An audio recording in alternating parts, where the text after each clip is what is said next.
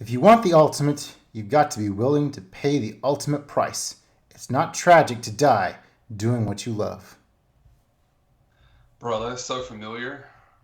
Top Gun? No, it's a little later than that. So, Top Gun was like late 80s, so this is maybe early 90s. I know I've heard that. And I feel like I've watched it not that long ago because it's so familiar sounding. Bank robbers. Oh, of course it is. Of course it is. It's Point Break. That's right.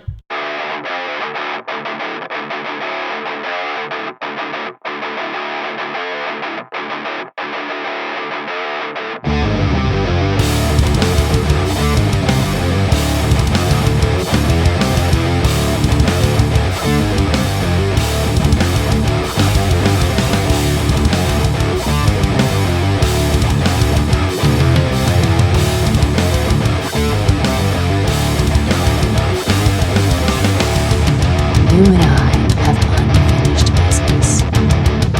Oh? And what's so stinking about it? Normally patriot feeling, spirit is something. I think this just might be my masterpiece.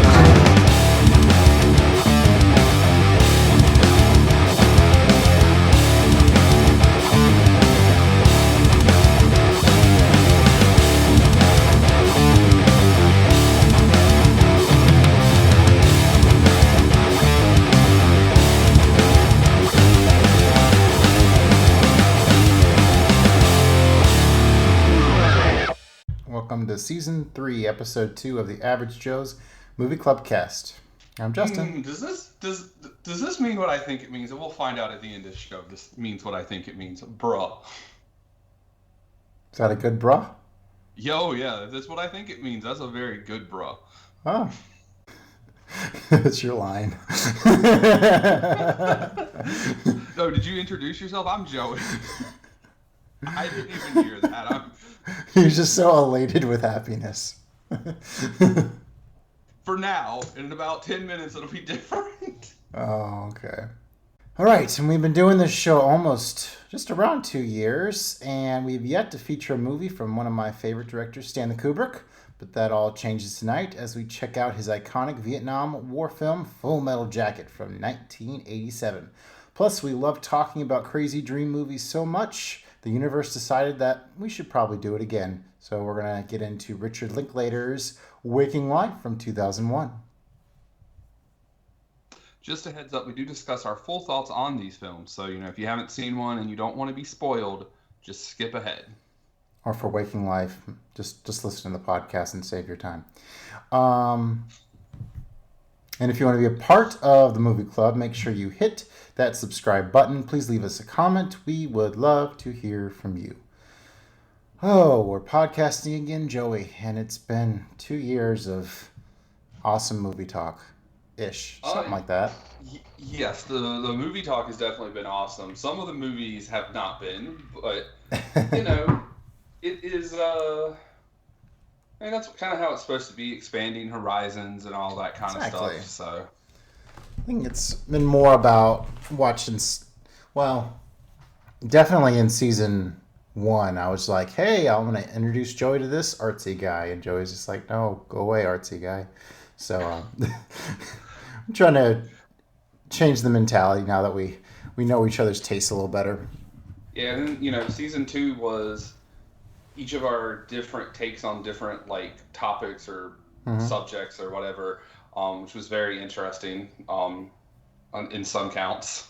So, yeah, it's been good. And I'm excited to see what the rest of this season holds. All these, after seeing your first topic here, I'm very intrigued to see what you give me for the next one. Oh yeah, I get to do that tonight, don't I? Sweet. Yeah, you do, fam. I get to do that tonight. I forgot. There's so many goodies at the end of the show these days. Yep, so I don't typically watch episodic TV, but everyone's been talking about WandaVision, so, it is part of the MCU, So yeah, they're only like half an hour episodes. So yeah, I watched all those this week. Nice. Yeah. When they come out, I'll take part of a day and watch all of them, and then I'll do the same thing for Falcon and Winter Soldier. So. So you don't want to be on the edge of your seat waiting for the next episode? No, I ain't got time for that. That's funny. Again, this isn't the 1990s. Well, I used to do that with Lost. I used to be like my weekly jam, watch Lost. No thanks, but I mean I understand. You used to do it, Buffy and How I Met Your Mother and all. Granted, I got to a certain point where I just waited for the whole season to come out on TV, which is or on box set, and I just wait for it to hit Netflix or Hulu or Zon or something. Let's see here. Yeah, I did have a big period in my life where I was into television, especially when I was working at the TV station. Yeah, I haven't watched the Mandalorian stuff yet. I watched a few episodes of that, but I'm watching. Bro, what are you doing? We stop recording this right now and go watch Mando. Like Jesus Christ! I should do that. I mean, Mando is freaking great. I watched a few episodes. Still haven't watched the last 2 seasons of Fargo. I just can't. I just don't ever make time to watch TV. But yeah, the 30-minute stuff on Disney Plus is all right. Like I watched that World According to Jeff Goldblum. That's kind of a fun show to check out while I'm eating some salad. So, did you watch any of the Super Bowl last night? I did watch. As Mr. Brady made more history, I did watch that. Yeah, I was rooting for the Bucks, and I didn't really want it to be a blowout. So, like, kind of the end of the game, it was kind of a bummer that wasn't very competitive. So I think I turned it off, maybe like 3 minutes or something ago. But yeah, the Bucks definitely brought it to them. They had a pretty stout defense. It was fun watching them blow up the Saints and the Packers.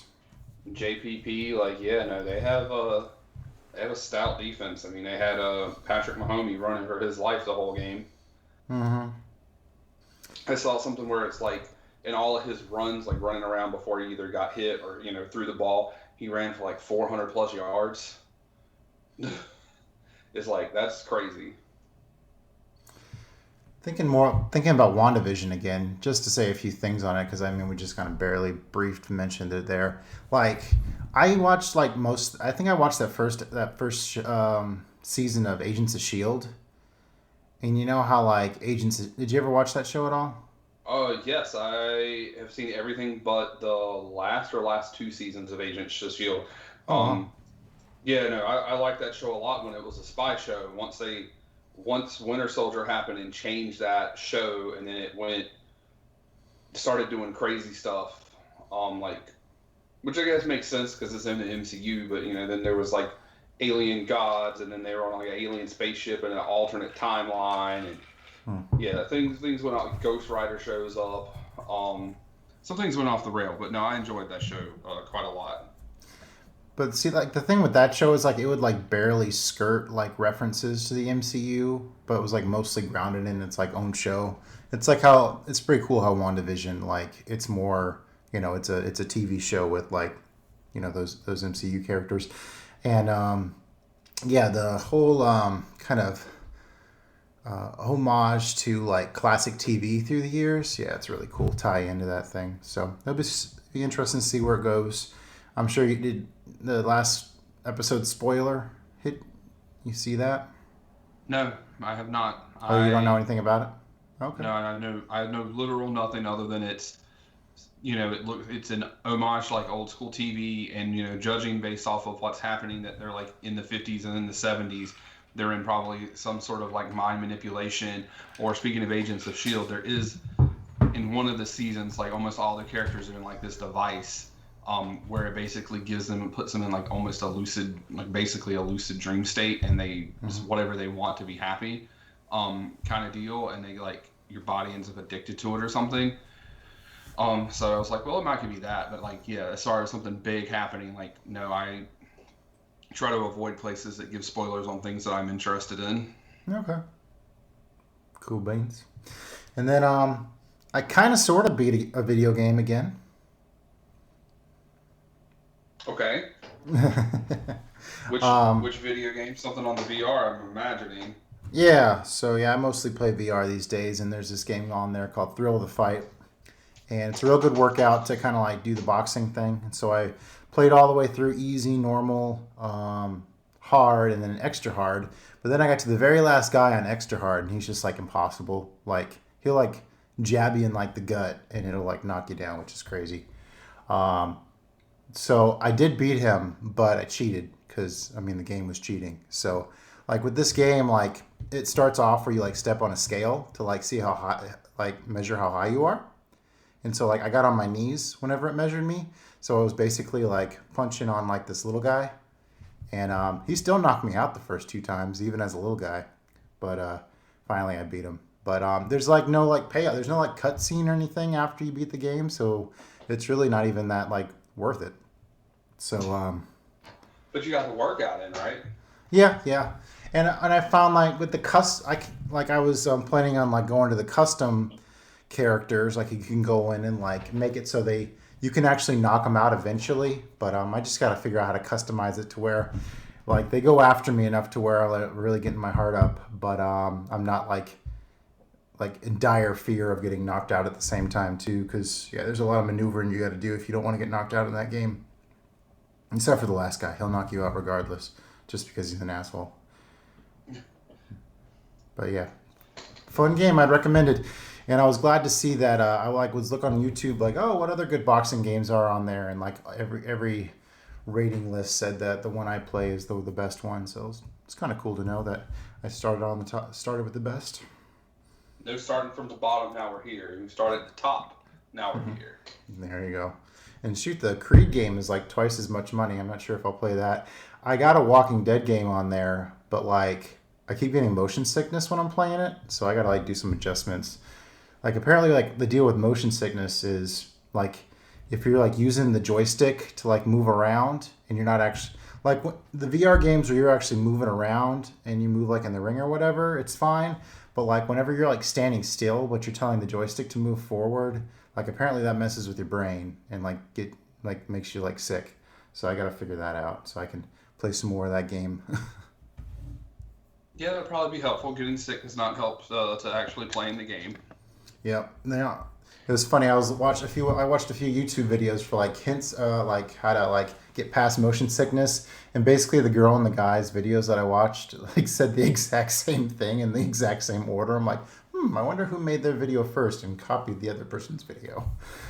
It's like you had to adjust like how close the eyes are, and apparently, if you drinking ginger ale is supposed to help.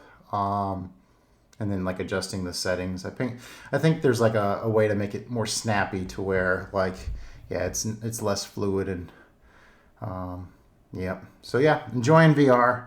Got to play some other games on there. Got a bunch of have you ever remember the old PC game Myst? I've heard of it, yeah. Yeah, I saw that was on there. I was like, oh, I got to get that because I remember playing that for PC back in the day. I still haven't played it, but yeah, I remember games like Myst and like King's Quest. I was a big fan of those when I was a kid. On an old computer. I think it was like King's Quest 4 or 5. Like we got all the way to the very end, and like the computer like gave us this weird error message at the very end. It's like, cannot finish game, sorry. And we're like, no. So. Yeah, I'm pissed. Yeah, buddy. So what's up with you?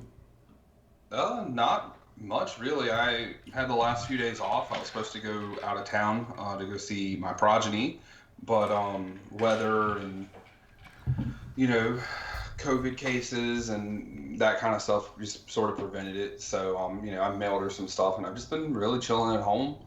I've been playing. Still short-staffed at work. We're getting back to being regular staff now. I got another person in, so actually one of my former employees who came back, so I'm pretty excited about that. So she starts tomorrow, so that's pretty cool. I've just been playing NCAA 14. Pretty stoked that they're bringing college football game back. Yeah. So that's a good times playing that back in the day. Oh yeah, we've had so much fun back in the dorm room on what, like 04? 03, 04. Yeah, boy. I've been teaching my oldest son how to play Madden. We have the Madden with Odell Beckham Jr. on it. I think it's like So 2015 or something, 16, I think. something like that. Yeah, because 17 is Gronk, 18 is Brady, 19 is AB, and then 20 is my homie. Yeah, he has a real bad habit of throwing interceptions. So, I give him some pretty easy special teams defenses sometimes to, help puff him up a little bit, make him feel good about playing it. I got you. So you're not one of those brutal murder. Well, what he was doing was he was like, "Dad, you play the Vikings and I play the Packers." I'm like, "I'm not gonna let you win if you're the Packers and I'm the Vikings. It's just not gonna happen." So, like last night, Is he growing up to be a Packers fan? he's like his mother. He just wants to like get under my skin with like rooting for other teams. Exactly how his Oh, mom so is. has he started rooting for the Clemson Tigers yet? No, well, not really. I mean, my nephew's really into Clemson, so I wouldn't put it past him at some point. But so far, no. I would probably throw them out of the house for that. Oh, that's worse than him pulling for the Pack. I figured the Pack would be worse. It's about equal, dude. About equal. I don't see Packer fans all the time. I mean, when you do, they're obnoxious. But there you go. Spoken like a Gamecock fan. Packer fans are obnoxious as a Gamecock fan? Did I Well, say that? Gamecock fans, maybe not you specifically, but there are a ton around here, and they are obnoxious AF. It started during your Spurrier run, like the 3 seasons of 11 and 2, and they started acting like they were Alabama, like just holding on to Alabama's dick, and it hasn't stopped. Like that, or they've taken the stance of, well, I'm a fan of South Carolina collegiate football, so I pull for Clemson when they're not playing Carolina, and I'm like, no. You don't pull for your rival. You either want them to have a perfect season so you can spoil it, or you want them to be 0-12 and just in the dirt despair. Just no, I don't pull for Carolina when they're not playing Clemson. Like, Yeah, same here. no, negative. Just like you don't pull for the Pack, and even though I don't keep up with a lot of pro football anymore, it's like, oh, somebody's playing the Eagles? Man, I hope the Eagles fucking lose. Oh, someone's playing the football team? Man, I hope Washington loses, like, badly. So, Yep. yeah. All right, so let's get into a little movie talk. Sports, it's pretty much over for now. I mean, I guess I might watch some baseball coming up. I think I'm NASCAR gonna. starting back pretty soon if you're into that. Like this month, the Daytona 500. I would I don't know love the if date. one of our fans is if somebody listens to us watches NASCAR, please put it in the comments. I just have to know that. Look, I don't watch it, but I wouldn't even known, but I do watch wrestling, and Sasha Banks is driving the lap car, dropping the flag. I don't know. She's doing something at the Daytona 500. So, Okay.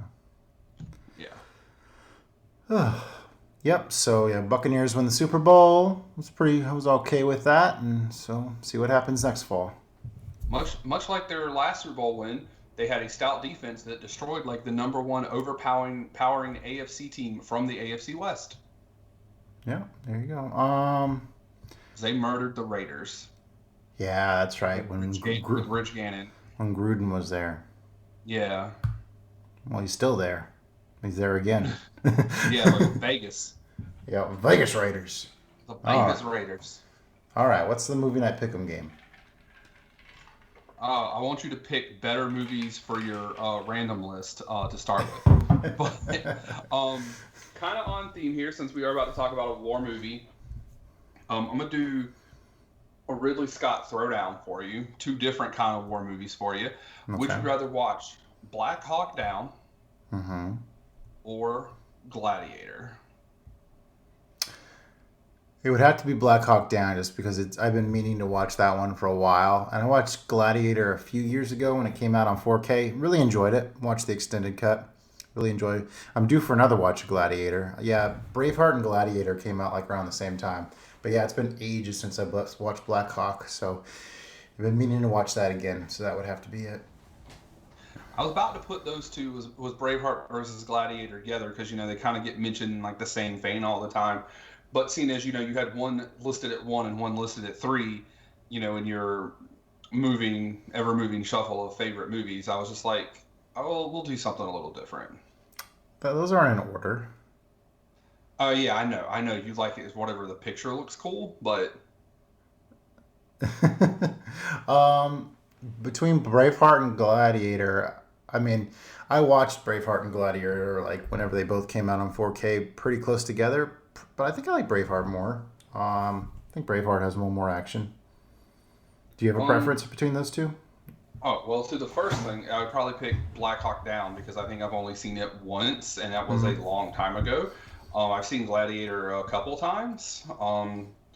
And then between Gladiator and Braveheart, it probably just depend on my mood. Like, I like both of those movies. I think they're, really good at what they do. It's just been a long time for either one of them. So, like, dealer's choice, really. Like, if I guess, like, I had to pick which one I like more, I would rather watch just based off of that. It's probably Gladiator, but, like, not by a ton. Right on. All right, let's listen. Let's check out what we've been watching lately with some The Good, The Bad, and The Ugly.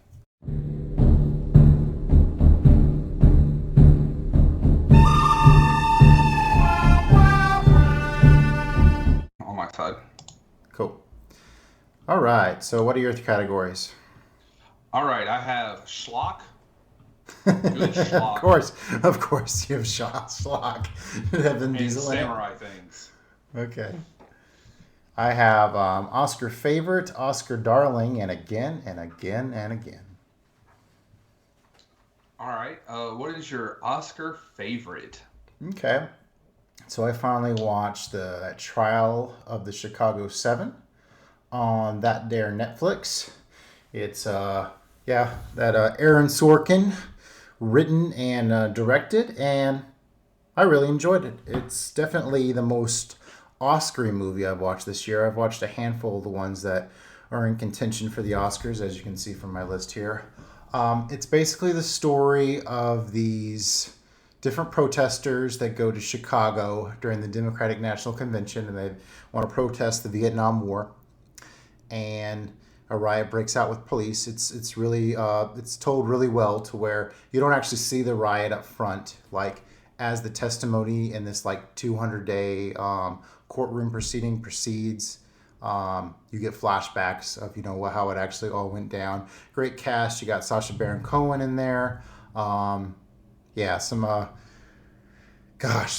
judge in the thing, he's so corrupt, and he's like one of the best. Like, I'm not sure if you've ever seen One Flew Over the Cuckoo's Nest, but like the Nurse Ratched, like totally reminded me of this judge in this movie. He's just such a stubborn bastard, and I really enjoyed it. Great cast. What's his face shows up in it? The guy who's been in like all these like acclaimed Oscar nominated movies lately. Michael Keaton's in it. He has a pretty cool cameo. The fact that that's how you described him, as opposed to either A, the goddamn Batman, or B, the goddamn Birdman, or C, the goddamn Vulture. Well, Birdman's one of those Oscar like he was in Spotlight, and he was in Birdman, and he's just been in all these like Oscar nominated movies lately. So and he was in another one, this one. So that's how I. and that Batman guy, he's in it too. Christian Bale? No, shit.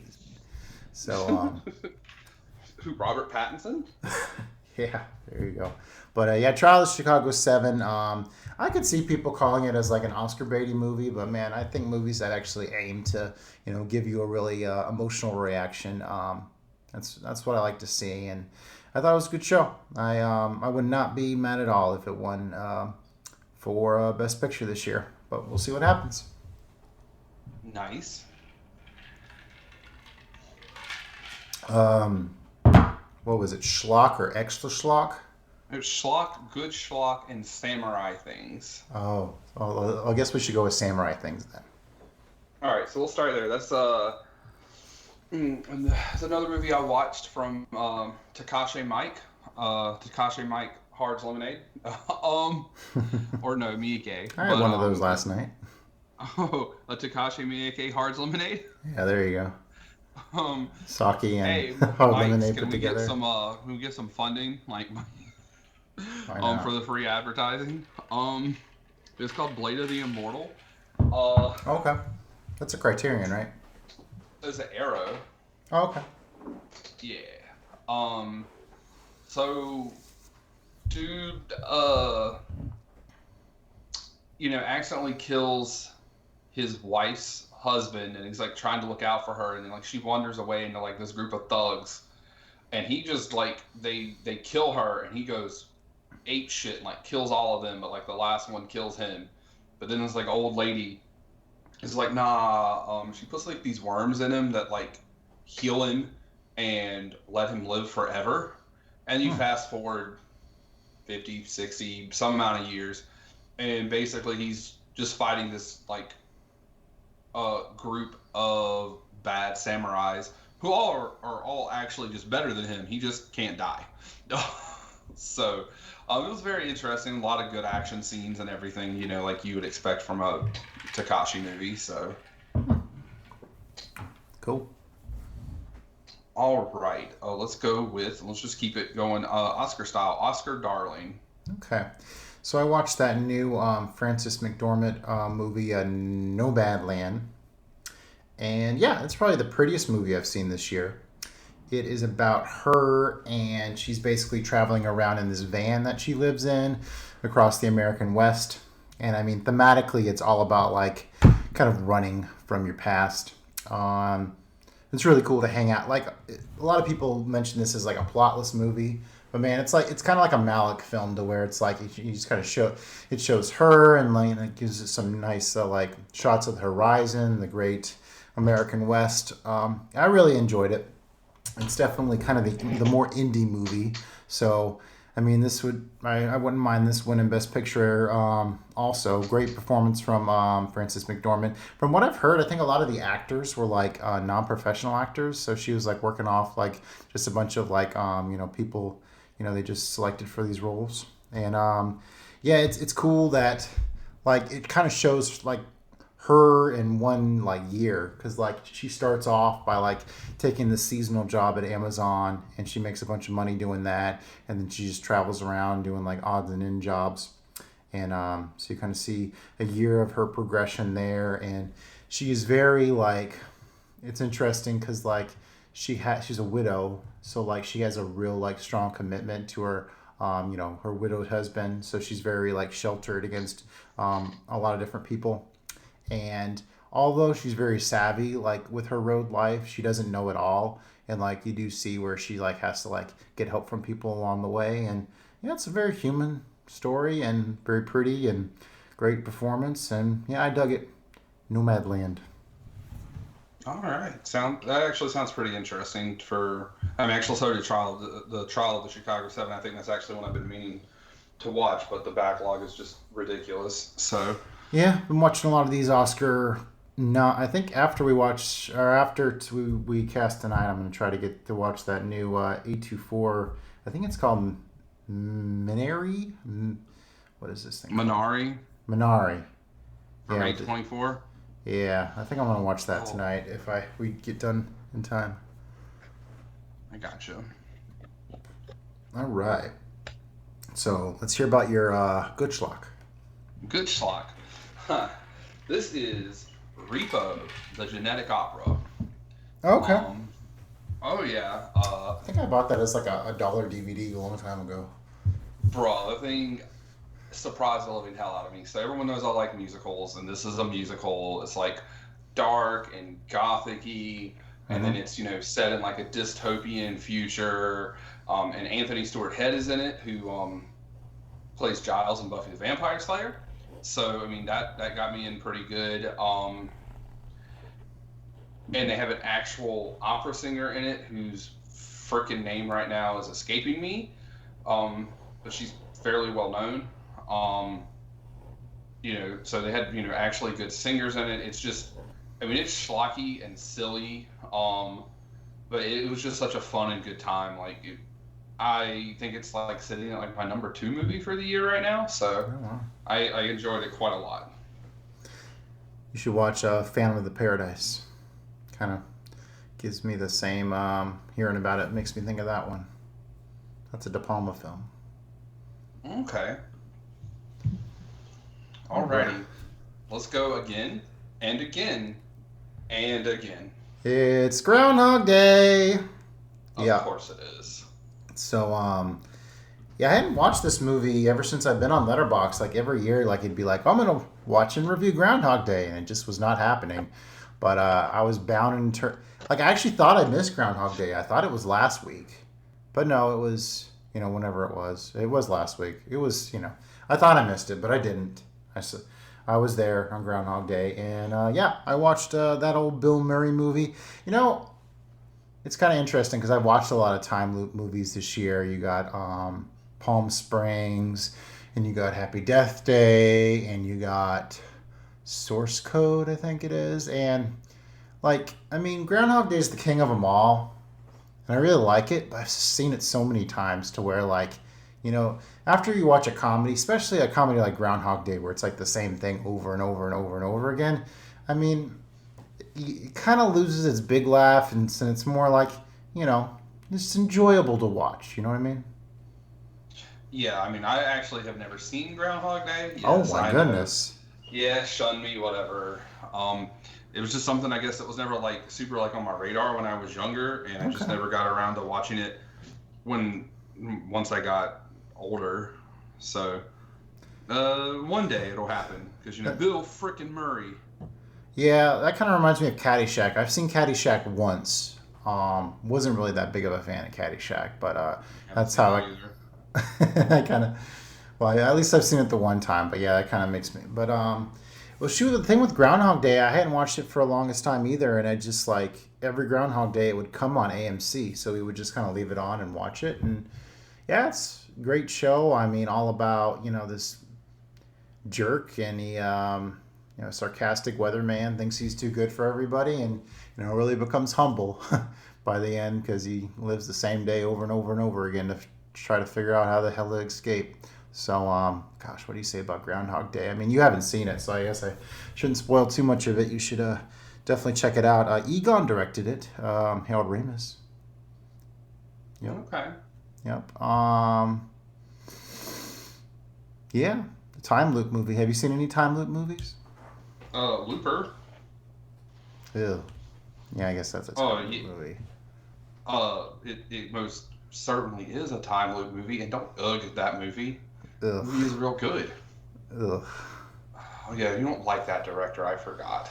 I like Last Jedi, and I like Brick, but that's yeah, and then you should like Looper. Ugh. Good director, 2 good actors. Yeah. Can't help it. It's not pretentious enough for you.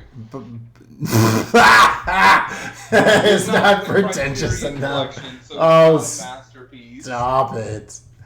Joseph Gordon-Levitt with that stupid nose job looks nothing like Bruce Willis in that movie. Oh my god. They did his eyes. I didn't even see the nose thing. It's been a while since I've seen it, but that movie was. I'm pretty sure it's a weird nose thing they did. Oh. Anyways, I still need to watch that. He did another movie. Brothers, something. I don't know. Why don't you pull up your favorite director's filmography and check it out? Ooh, Brian Johnson's not my favorite, but he's definitely probably up there. He'd probably be in my top 10. So what's your schlock movie? It's called Don't Fuck in the Woods. And I did not see that come across your letterbox feed.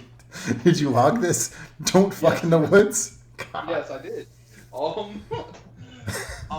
Let's see. Was Vin Diesel in Don't Fuck in the Woods? No, nobody that you know is in this movie. It had a budget of probably what you spent at the grocery store. I watched it back on January 20th, so not that long after we cast the last time. Okay. Okay, so I enjoyed. He hasn't seen Groundhog Day, but he watches Don't Fuck in the Woods. Okay, look. It came off of the random movie shuffle. It was on Carl's list. Also, it's got on the cover in the picture on Letterboxd, the girl's it's just her ass holding an axe. Okay, And it's called Don't Fuck in the Woods. How can you not watch that? Keep in mind, not very good. It was very entertaining, especially if you like women in all sorts of different forms of undress, because there was that, because it's a B horror movie, a D horror movie, Z horror movie, whatever. But yeah, I mean, what's the trope in horror movies? Don't fuck in the woods. Well, there you go. Like a lot of the same people who did the acting were also like recording and did the music. And I think I put in my review, this was the metal movie that Mandy wanted to be, because this definitely had way more metal in it than Mandy. Wow. By any means, it's Bold not statement. good. Say what? Bold statement. There was more metal than Mandy? Mandy was pretty metal. I didn't say it was good, but it was definitely metal. No, nothing about that movie was fucking metal. Nothing about that movie was good. Nothing about that movie should have ever existed. Wow. You don't remember that I spent most of, I think, 2018/19, one of those years, just anytime I had a bad movie, I was like, you should not watch Mandy. Watch this instead of Mandy. Or it was bad enough. Oh, I would watch Mandy over this. Like, yeah. If I recommended you the most movies you've hated in your life, in 2019, like the bottom of my list was filled with like podcast movies. 2020, not the case. There were some near the bottom, but they weren't the very bottom. Which neither was 2019, because we spent that year watching just the schlockiest of schlock. But no, we had some good movies come out. I mean, you the one who recommended me Fargo, or I don't think you recommended, you challenged me to Fargo. Yeah. So I mean, you've given me some good ones. You've also given me some bad ones, but you know, different tastes and such. All right. All right. That's all of them, right? Yeah, that's all of them. All right, so let's move into our featured movie, Full Metal Jacket, which was Joey's pick off of my later Kubrick film category, which I'm super glad I put in that speculation. Otherwise, we wouldn't be talking about one of the more awesome Kubrick films. We'd be talking about, one of those early ones that I haven't seen, and thus would have taken the opportunity to watch. Aww. I still need to watch something like his early stuff, like that Day of the Fight thing, and I still need to watch Killer's Kiss, which is on that the Killing DVD. But so what's your history with Kubrick like? I mean, I've seen a decent amount of his movies. I've not seen most of the early ones, except for The Killing, which is my favorite. But it's, it fits kind of into my wheelhouse. Let's see, I watched Eyes Wide Shut a long, long time ago. Didn't know who the fuck Kubrick was. Mm-hmm. I don't remember the first time I saw Full Metal Jacket. Probably also still didn't know who Stanley Kubrick was, really. Probably would have never associated the two movies together. What else have I seen? I mean, and then off of your recommendation, I think, or yours / Carl's, or something of that nature, a few years ago, I watched Clockwork. And I did not care for it. It's not a bad movie. I just did not care for it. And and of course I've seen The Shining. But that's generally, and I've seen, in my countdown to 1,000 a few years ago, I saw Dr. Strangelove. Mm-hmm. So, but I think that's most of the time how I feel typically, is that his movies are very well made. Like very, very well made. But his style just doesn't resonate with me typically.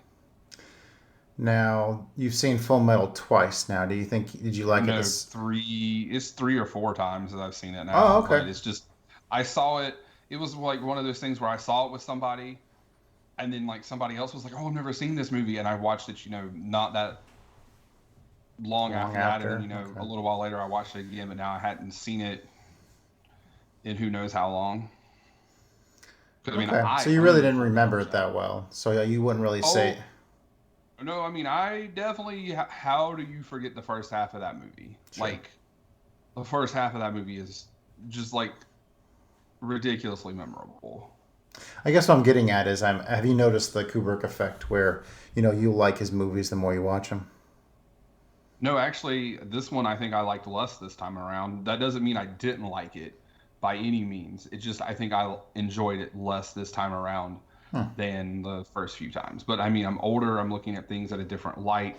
Just Mm-hmm. hardcore brashness or insanely sophomoric humor doesn't always do it for me. So Oh, okay.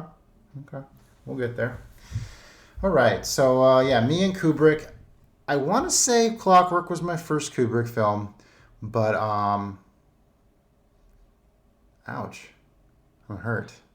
I mean, that's what you do to Kubrick. That's what I'm expecting on this movie. So Oh, because he's a fantastic director. Oh, my goodness. I'm getting blowjob jokes all of a sudden. I said sometimes I wasn't a fan of sophomoric humor, except not all when the time. except when Joey's doing it.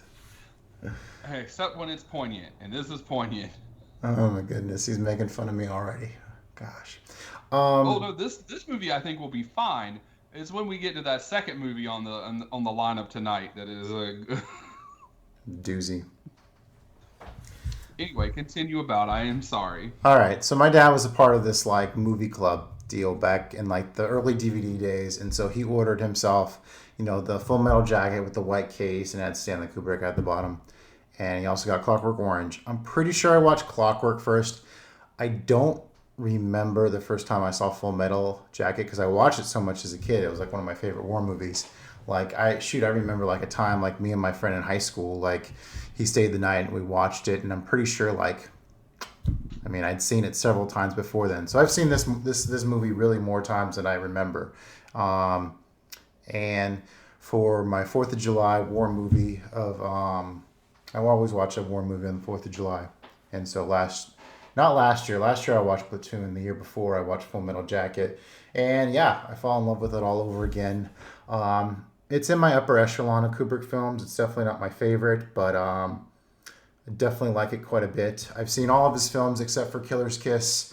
Yeah, it was interesting because he's my first favorite director. Like I wasn't like, I mean, I saw like the Stanley Kubrick label on the DVDs and I didn't really piece it together. And then I went up to college and I met Brandon Sprogus and I hung out in his room and he had a copy of The Shining with the white cover, Jack Nicholson's face and then Stanley Kubrick at the bottom. And I was like, oh, that's one of those Kubrick movies. I hadn't seen it at the time. And so, yeah, it's just starting to piece it together then. Then I met a guy named Matt Zimmer, up in college, and he was a big 2001 fan, and he came over around Christmas break one year, and he showed me 2001 for the first time, and that was, no, that was the second time I watched it. I watched it one time in like high school, and I was like, didn't really get it. But then like the second time I watched it, and I discussed it with him, it was like a much more broadening experience. So yeah, I've been a huge fan of Kubrick. I've watched so many of his movies over and over. I think the one I've seen the least is probable. I've seen Paths of Glory and Barry Lyndon like only twice, but most of the rest of his bangers I've seen multiple times, and I'm very into the fact like whenever somebody talks about Kubrick on Letterboxd, I'm like, if you didn't like it the first time, just keep watching it. The more times you see it, the more you're gonna get out of it. I guess that's not the case with Joey, but yeah. Oh, so basically, you're trying to say that his movies Stockholm affect you, that you just eventually turn into to liking them. No, you Now, just. Oh my gosh. I also literally said I still like this movie. Jesus Christ. That's true. That's true. But no, I mean, it's just I don't. You just there's so much packed in there that the more times you watch it, like the more little details you picked up. I remember watching. I was just totally blitzed one time watching The Shining, and I was like convinced, like I'm like, man, those red colors, that's The Shining, and those green colors, that's like the goodness. And yeah, I get this, man. So I've had a lot of experiences with Kubrick movies, as you That's I don't Get on my like, plane, man. dude. I don't like I don't know. I'm weird. I don't like being drunk and like watching movies. Like unless it's something I've already seen a bunch, then like whatever. Sure, But sure. because if I'm drunk and then a movie comes on and like I'm trying to actually watch it, like I start to focus, and then it's like, oh, I'm losing my buzz because I'm focusing, and it's like, nah, I'm good. I probably the two big like because I grew up watching Clockwork, and I mean hopefully we'll talk about that on the podcast one day. But like it was interesting because there's like all those like rape scenes in Clockwork, and like they never really affected me like I guess the way they should have. But then when I watched it with somebody in college, like he was totally like affected by those scenes, and I was like, huh, I wonder why I've never been affected, but he's affected. And it's the fact it's like how he uses the music. It's a very goofy music in those scenes that helps like desensitize you to what's going on screen. So Yes, you were exposed as a child to rape and thus desensitized by it. How do you feel, Mr. Peterson? oh my goodness, the duality of man, Joey, the duality of man. Oh, calm down, Joker. All right, and then yeah, I would say the first time I watched The Shining, like I started like real late at night and finished it. It was just like one of the best things. Like, you know when you start a movie real late at night and then like it ends and it like blows your mind and you go to bed and you're just kind of on a movie high. Yes. Yeah, I had that. Great. That's a great movie. Not a very good adaptation, but a great movie. What you mean? I mean, have you read The Shining? Mm-hmm. Yeah, it's a great movie. It is not the most accurate adaptation of a book. I mean, but Wow. you know, that's also why it's the word adaptation, because you know things get changed. That happens. I mean, so Okay. I mean, I didn't know anything about the book when I'm the experience I'm describing, and then same thing with Eyes Wide Shut. But all right, let's get into Full Metal Jacket here. The synopsis via the IMDb, which is actually a really really good synopsis. A pragmatic U.S. Marine observes the dehumanizing effects the Vietnam War has on his fellow recruits, from their brutal boot camp training to the bloody streets fighting of Hue. I guess that's how I think you. it's Hue, maybe. Hue? Yeah, that sounds right. All I right. could be mistaken, but you know, I don't speak that language, so I do the best I can. Yeah. No criticism on this side. All right. So would you We're like gonna to dive into this first thing right off the cut. Sure. That you have written here. Yeah, why not? You're the one that you believes it. You say that like it's a controversial Well, opinion. Roger Ebert believes it too, or believed it too. So you're not alone. Okay, so did you read my review that I wrote? Because I actually wrote a longer review for this movie than I normally do. Yeah, I looked. I mean, it's been a few days. Okay, so I do think it's two movies, or that it could be two movies. Like each half is so poignantly different, and that you know if you took the first half and flushed that out a little bit, it could have been a whole movie. Like you know maybe it's not called Full Metal Jacket at that point, or that half is, and then the second half could have been called Born to Kill or something, whatever. But it gets to that, you know, and we'll get there, but it gets to the scene that ends that part in the head, and it's just so emotional, and there's so much going on, and then immediately you flip to Vietnam, and one, you can tell it's been quite a while because Matthew Modine, Joker, has hair, but you've got Nancy Sinatra playing, and all of a sudden the whole tone has changed because it's sucky sucky $5 me love you long time, you know, tu Beku, and it's, you know, that tonal change is very drastic. Now I have no issue with you know, the kind of jokes and stuff that are actually made in this for the most part, but some of them, you know, it's I know it's there to break how serious the tone of the movie and give you some reprieve, but you know, you basically have a training camp or boot camp movie, and then you have the actual war movie. Now they complement each other, Like it's two halves of the same thing. But you definitely could have made two movies out of this, and it would have been just as good, if not better. Okay, interesting. I mean, I've heard that so much. I mean, I enjoy. I mean, I definitely enjoy the beginning, and I definitely enjoy the end. So, like, I see it as this total journey of this dehumanization of the soldiers, starting from that opening scene where they're getting their head shaved. You know, from that moment on, they're getting built into these killers, and then it just builds and builds and builds.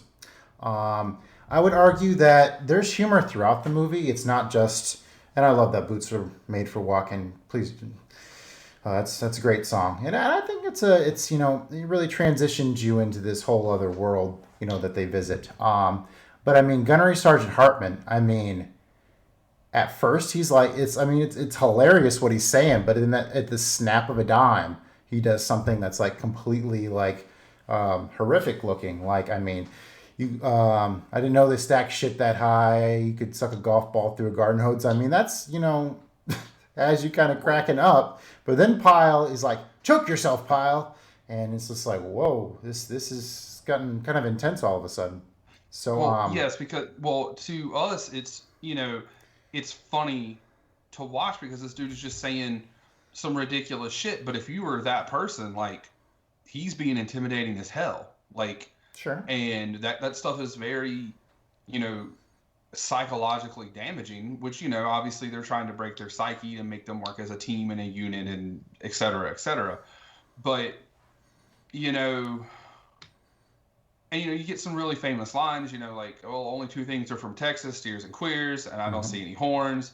But, like that kind of shit doesn't fly today. Like there's a lot of shit in that movie that wouldn't fly today, which, okay, fair, whatever. It was made in the 80s and it was about the 70s. And so I have no issue with them depicting probably what it was actually like, especially since you have an actual gunnery sergeant playing a gunnery sergeant. But the whole overall tone of the first half is serious. Like and then you just, it's like, a mix. It's super serious. I mean, Pyle, like, following the battalion or whatever with his pants dropped, sucking his thumb. I mean, it's pretty silly. Okay, it is silly, but it's not meant to be silly. Like, it's meant to do, that's how he's dehumanizing him. Hey, drop your pants, suck your thumb. Like, but I mean, us as audience, us as an audience, I mean, there's a lot of that stuff's pretty amusing.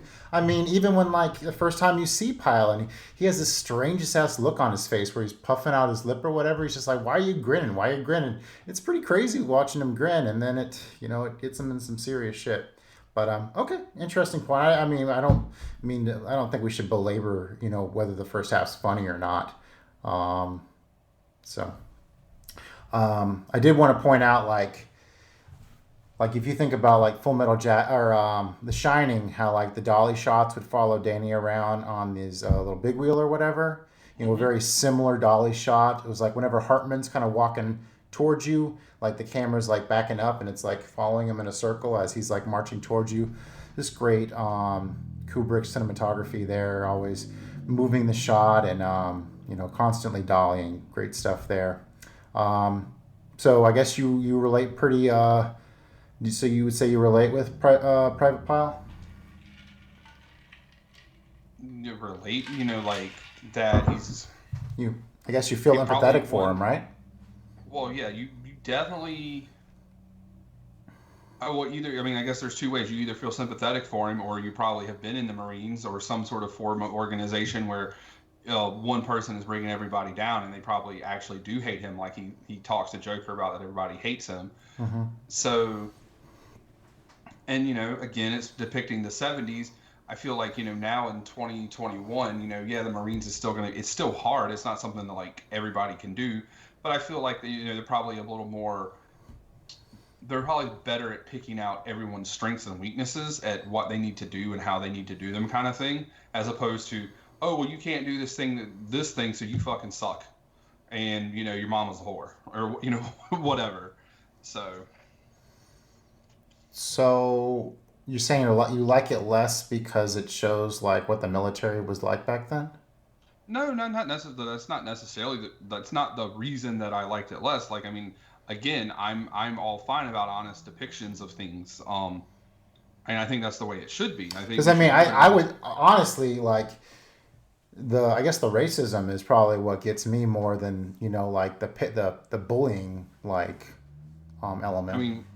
I mean that's kind of go hand in hand. I mean, like in at least in the first half, it's I don't care what race you are, and drop several racial slurs. I hate everybody. You're all worthless pieces of puke here, or whatever the line is. But then he like gets in Snowball's face and starts making like the fried chicken and the watermelon jokes and stuff, and he's really shoving it in his face there. It's not here's a stereotype: all black men have giant dicks, or all N-words must F and die, like happens in the second half of the movie. So sure, but I mean, again, I believe Animal said that, and Animal's a piece of shit, so that falls hand in hand. Well, badass piece of shit, but piece of shit nonetheless. Oh, yeah. I mean, he wasn't the guy just don't lead him as far on the chopper, so there's that. That guy's also a piece of shit. That was actually supposed to be. That was the original guy that was supposed to be the drill sergeant. They brought Ermi. Yeah, he was a consultant to start with, right? Yep. And then he basically, really showed off to Kubrick what he could do, and yeah, he won that part for himself. There's a lot of good behind the scenes videos about like what went into this movie.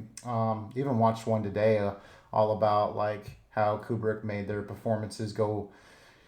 Multiple takes, like up to 30 takes, or up to 30 to 100 takes sometimes. So there's all that Kubrick lore there as well. Yes, because he's such a perfectionist. Like, that's one of the things actually Carl and I were talking about while we were watching it. Was like, because he's so renowned, especially in The Shining, with that one scene with Mary Shelley, like 200 times or whatever, 127 times or whatever the hell it was.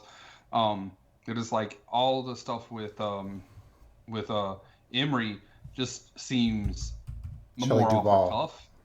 Huh? Shelley Duvall. Who did I say? Mary Shelley, the author of Frankenstein. Oh, look, Mary Shelley Duvall. Okay, yeah, sure. Okay. Excuse me. Just for the record. Frankenstein and Shining fans that I can confuse them there. For the record. But yeah, his stuff, the Emery stuff, just seemed like it was more authentic off the take, as opposed to just doing it a bunch of times. This was one of the things we commented on. One thing Private Joker Matthew Modine loves to do the John Wayne quotes. And so that got me thinking this time, I was like, why does he always quoting John Wayne? My review for this, like I'm hinted at American machoism.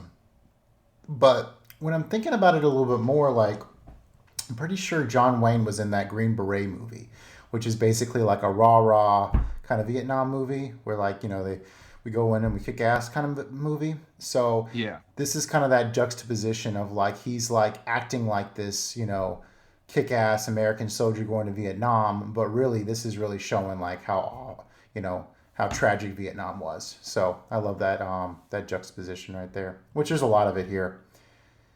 Very subdued voiceovers. Did you notice that? Where it's just like, and this is the battalion, and they're running, and this is, is very underplayed. Which is interesting because I watched Platoon last year, and Platoon is very flowery with its voiceovers. It's very almost pretentious with like its tone about like the duality of war and stuff. Where this is more like, a guy just, I wouldn't say he's like plain talking. He's almost, under talking it, but I don't know. Any thoughts there? I mean, I thought they were, like you said, they're kind of subdued compared to the rest of the movie, but I mean, yeah, the whole movie is about juxtaposition, so I mean, it kind of fits itself in.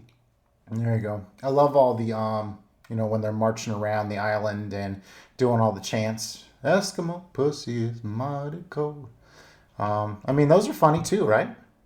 I mean, yeah, a lot of the there they have some funny things to say, but again, it goes back to they're broken down, and all of the torture they've endured from this man. Now he's like, hey, say this dumb shit while we march. I'm like, okay, well, I'm not gonna get. I don't want to have my pants dropped and suck my thumb while I follow behind. So I'll just say Eskimo pussy is mighty cold. It does help him keep like time and rhythm and all that shit, of course. So Good. Feel good. yeah, He is good. Um, I think those are called breathing blocks. I actually did a little bit of that in drum corps, where instead of like everybody like running like as fast as they can, they kind of all jog in like a block. So I've done a little bit of that before.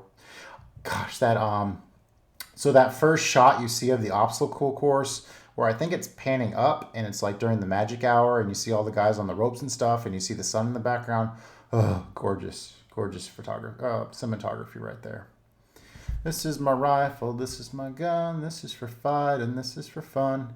And then, this is my rifle. There are many like it, but this one is mine. Gosh, so quotable. So much stuff. I mean, so much of this movie, like, I just know it. I've seen it so many times. Any favorite moments during boot camp?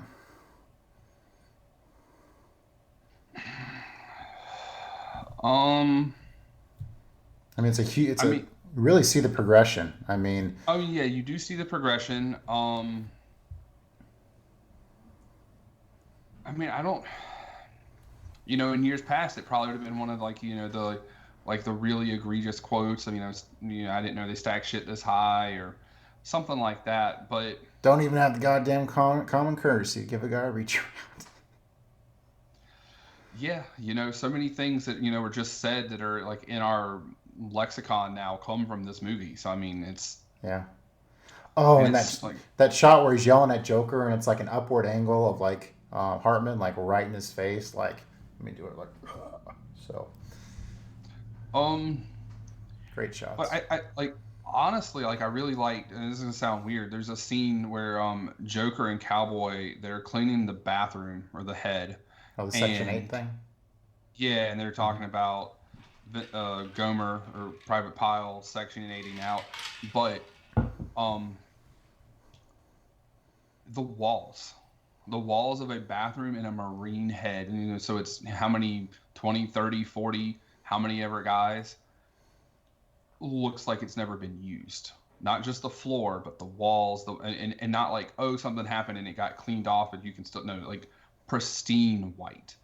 Um, and like that whole scene was white because they're both in like a white tee, they're white, issued boxers. Like really, the only color is, there's a little bit of stuff on the floor and like whatever sandals they're wearing or whatever. And so it was a really good scene, in general, because they're like trying to talk, but talk real quietly. Yeah. A lot of iconic bathroom scenes in Kubrick movies. Um, it honestly really feels like Spielberg like that. I mean, it's a different style, but you go to Forrest Gump and Gump and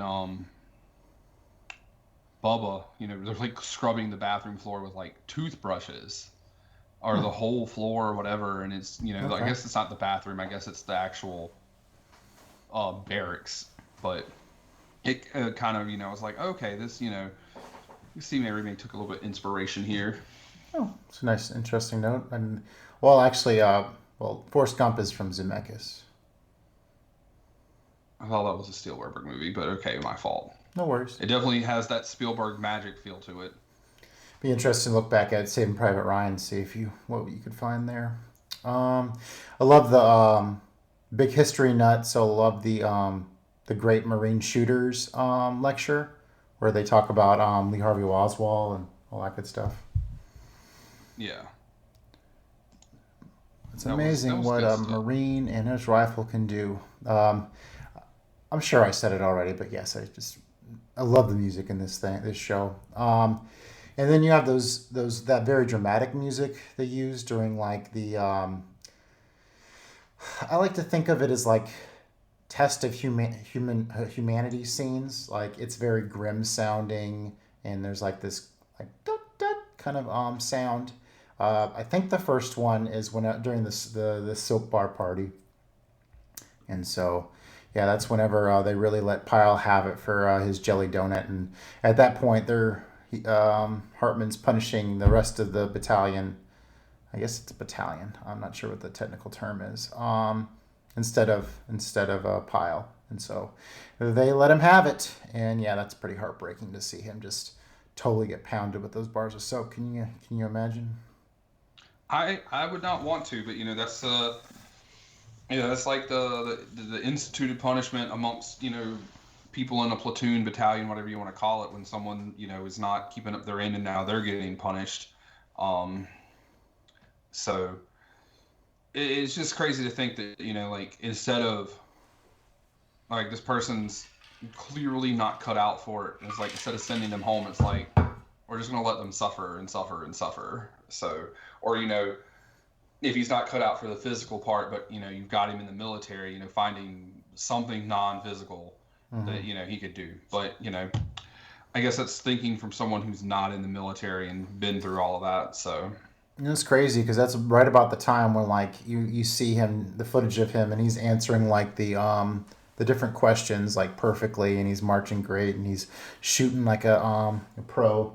And then, yeah, they really break him down, and then you kind of see the insanity start to build up into his eyes, leading up to this is a full metal jacket. And he blows away Hartman in the head, and well, he shoots him in the chest, and then shoots himself in the head. Oh, did I say that? Okay. Yeah. Thanks for the correction. Yep. Well, I mean, you got me a minute ago, so it felt only natural to get you back. Yeah, blasts him in his sweater there, sweatshirt, and then yeah. I've heard that they actually filmed the blood splattering against the wall. Apparently they threw a sponge against the wall that was like soaked with bread stuff or whatever, and the magic of filmmaking. I remember that. That's like one of the first like how it was done kind of scenes I remember really being interested in. But all right. Now to the second half of the movie, which I guess watching this as a teenager, like a lot of you mentioned earlier the sophomore humor, me as a middle schooler or whatever, or a high schooler at the time, girls walking around saying "me so horny," "tubuku," and all that stuff. I just, I had never seen anything like that in a movie, so I remember that really connecting. I don't mind it now. Obviously, I don't think it's hilarious, but I think it definitely gives this movie a character. I saw this, actually, when I drove the kids to school this morning, I was like, just kind of, YouTube like Full Metal Jacket videos, and the first thing that popped up was this young black guy. And he basically did a commentary on Full Metal Jacket, and it's like 30 minutes long, and he'd never seen it before. So it was really cool to see him like react to each little important moment of this movie. So I really enjoyed that. Shout out to that video. Definitely give him a watch. All right. So what do you like about the second half? All right. So don't get me wrong. Like I get why there was some of that sophomore humor. You got a bunch of guys hanging around in barracks and all that. They're gonna say, frat housey kind of shit. I think it has a place in the movie, to like I said, to kind of break up some of that seriousness. I think that how the transition, because there really wasn't a transition. It was like, this is the end. Oh well, here's a new start, and that's why I feel like it's two movies, because you literally have an end with Pyle shooting himself, and then you just start, a few months or a year later, or how much ever time. It's a great song though. Yeah, no, the song was really well placed. I can't deny that. Favorite part of the second? It's crazy they shot it in England. Okay. Yeah, they a lot of those like palm trees or whatever they like planted up in like England or whatever, because Kubrick was afraid of flying, so he would never leave England where he lived. So yeah, they filmed that all in England. Oh, I thought the actual parts on Paris Island were actually filmed in Paris Island. I'd have to check on that. I know at some points Kubrick like did things from afar. So like with 2001, he didn't actually travel. I think they shot some of that in Africa, and he didn't actually travel there to shoot it. He just like supervised the what was being done. So yeah, I'd have to check on the Paris Island part. So yeah, because I feel like I could be wrong, but I feel like I remember that he did that, or that was done there. I don't know. Which is like right in our backyard. Well, especially your backyard. I mean, it's a little bit. I've never further actually away. been to Paris Island, but yeah. I have. Okay. When I was driving Uber, actually, down in that area. So. Oh, nice. Yeah. I probably honestly like that whole scene where about to say Joker, that's not right. Cowboy Mm-hmm. sends sends the scout up and gets sniped out, and then they like that, just that whole scene, and you see, you talk about Animal's a badass, but he's also that wild card. He's not listening. He's just doing whatever the hell he wants, and Sure. So, but that whole thing, especially when you have like Joker earlier in the movie, he's like, I can't wait to get back in the shit, and now they're in the shit, and so. You can talk the talk, but can you walk the walk? Not so much Joker. I really like the journalism meetings, like because it's funny. Hartman what makes fun of Joker because he's going to be on journalism duty, and he's like, no, you're not a writer, you're a killer.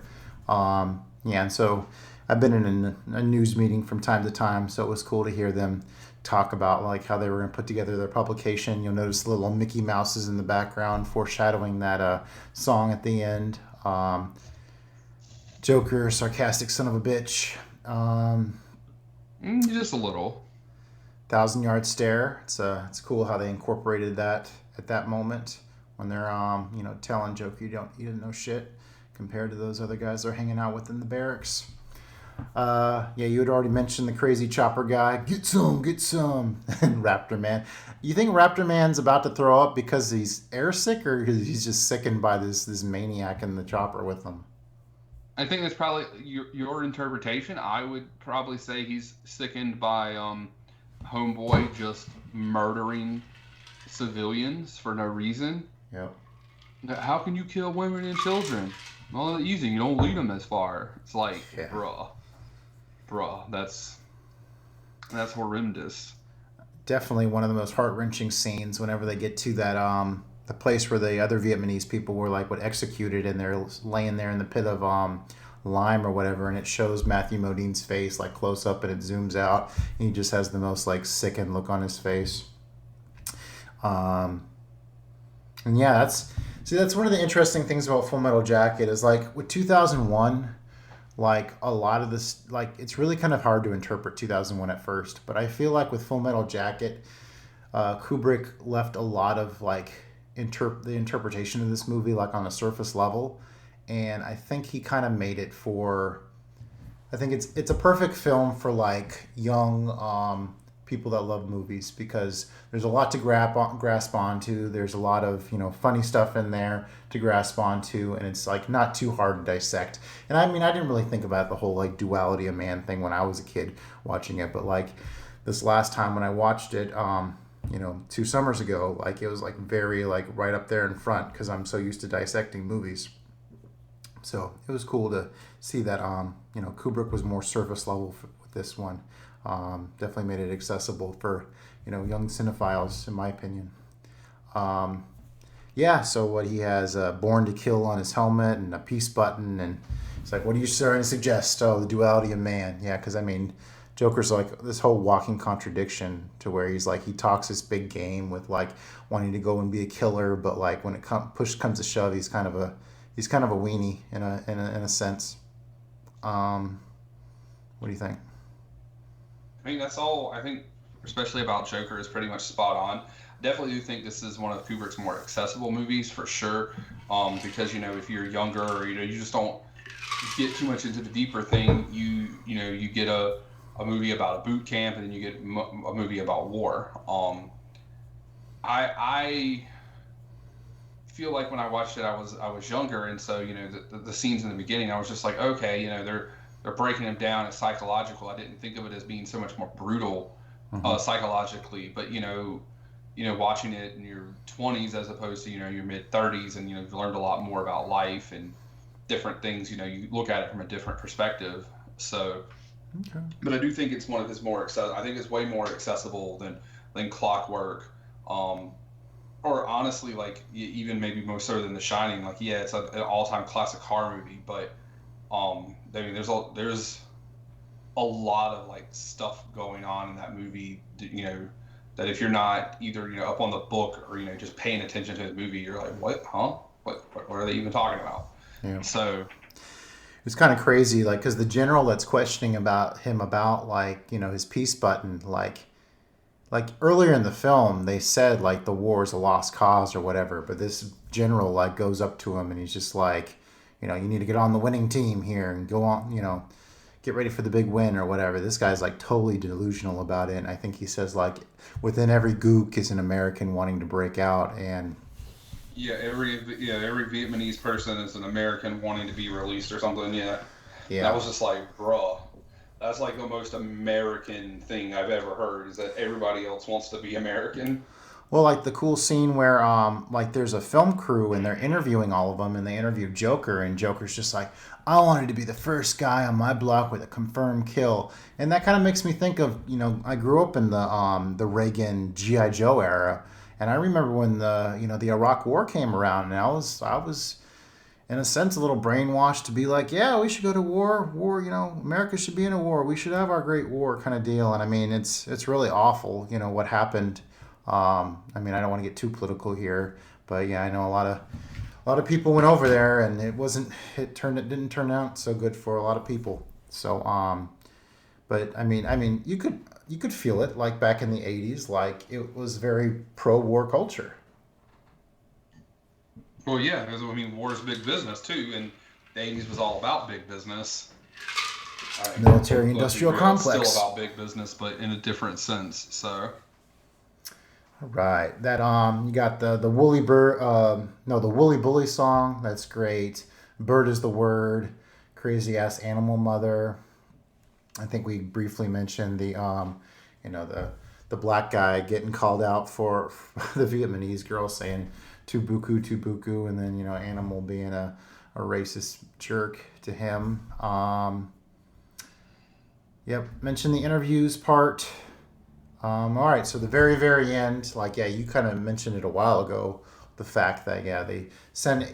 Actually, there's a rumor that 8-Ball was the first one to die in that scene, because apparently he tried to renegotiate his contract for more money, because, I mean, obviously Kubrick films go on forever, and apparently he asked for more money, and so the rumor is that Kubrick had him killed, like, right at that moment, because of, he was trying to ask for more money.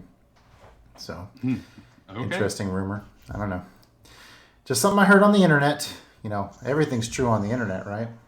I mean, yeah, if it's on the internet, it has to be true.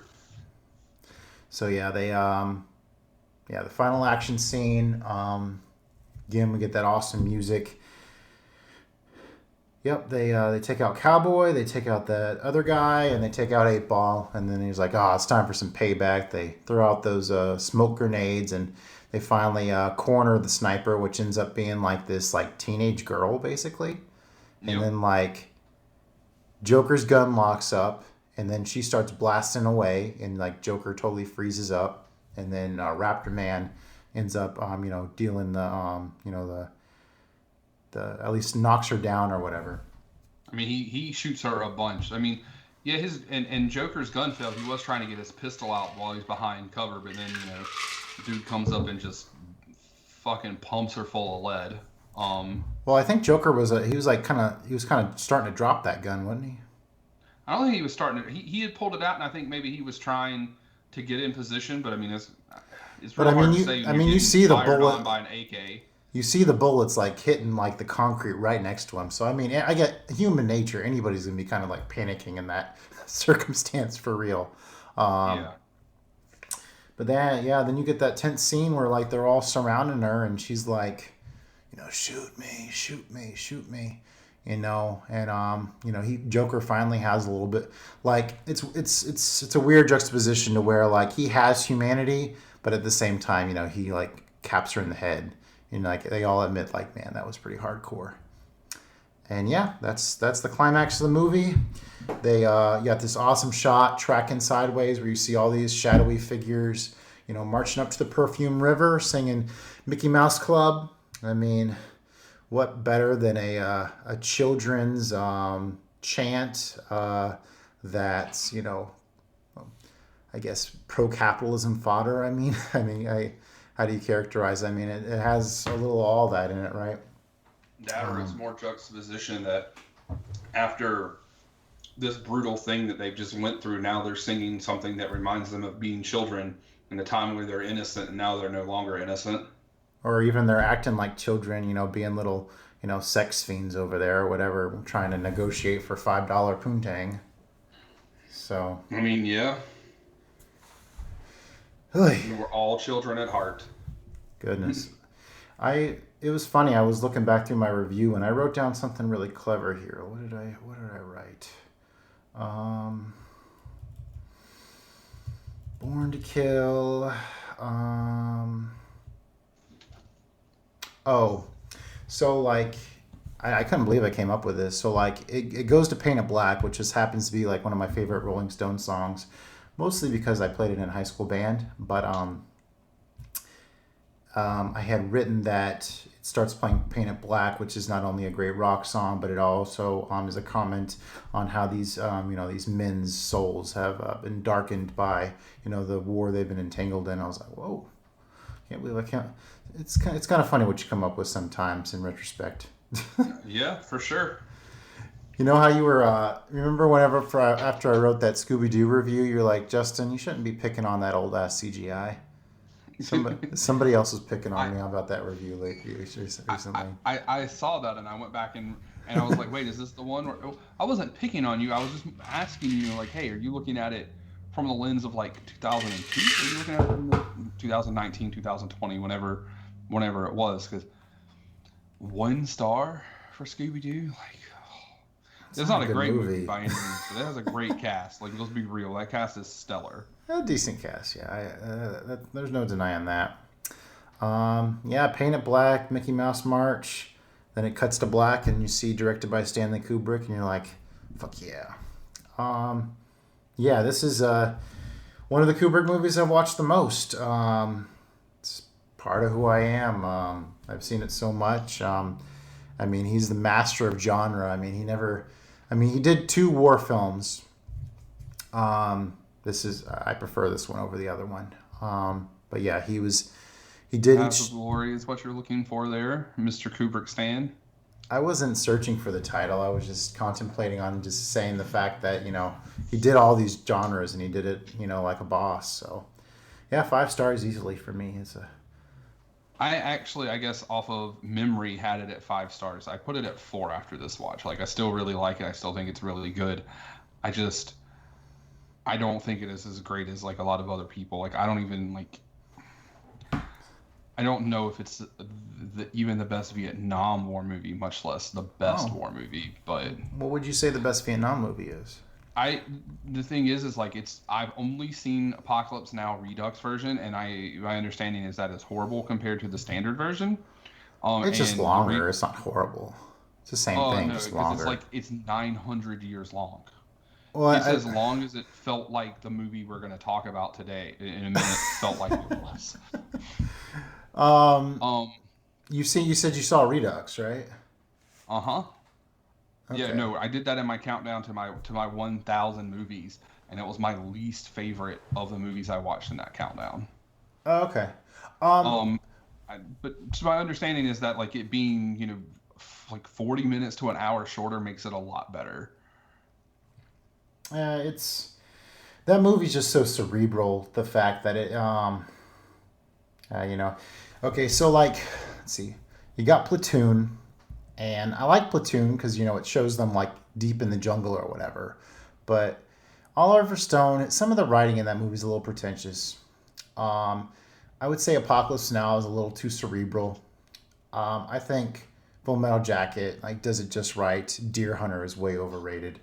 This is my favorite non-flick. I have not seen Deer Hunter, but did you literally just utter the words that something was too pretentious?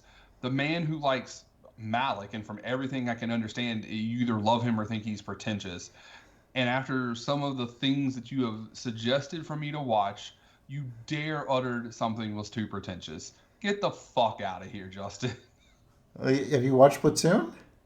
I have. It's been a while. I need to watch. Okay. That's what I was gonna say before you came back in as we went on the back and forth about uh, the Coppola movie, Apocalypse Now. That it's been a while since I've seen that, but I feel like from what I remember, I would enjoy it more. Now I've seen Full Metal Jacket the most of those, so but like as far as like a modern style war movie, I don't really know what is the best. It's probably not Saving Private Ryan. It's definitely not 1917, but no shit, maybe it was 1917. What was the one with Tom Hardy? Tom Hardy was that was Dunkirk. Dunkirk. Yeah, Dunkirk. Yeah. And there's some other ones I haven't seen, like I haven't seen Hacksaw Ridge or Fury, and I really, really want to see both. You know what? Fuck. It was Pearl Harbor. I am kidding. So I don't know. I mean, I didn't really want to call Charlie Sheen's little monologue there pretentious whenever I was writing about it, but I was doing my best not to say it. So there you go. There you go. All right. Well, we do have one more movie to talk about, and this P word might come back up again. So we'll talk P words coming up after the break. Peace.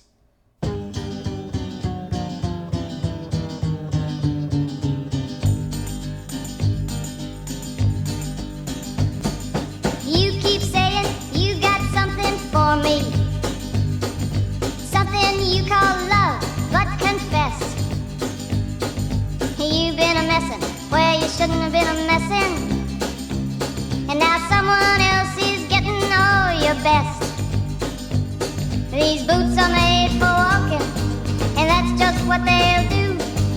One of these days these boots are gonna walk all over you.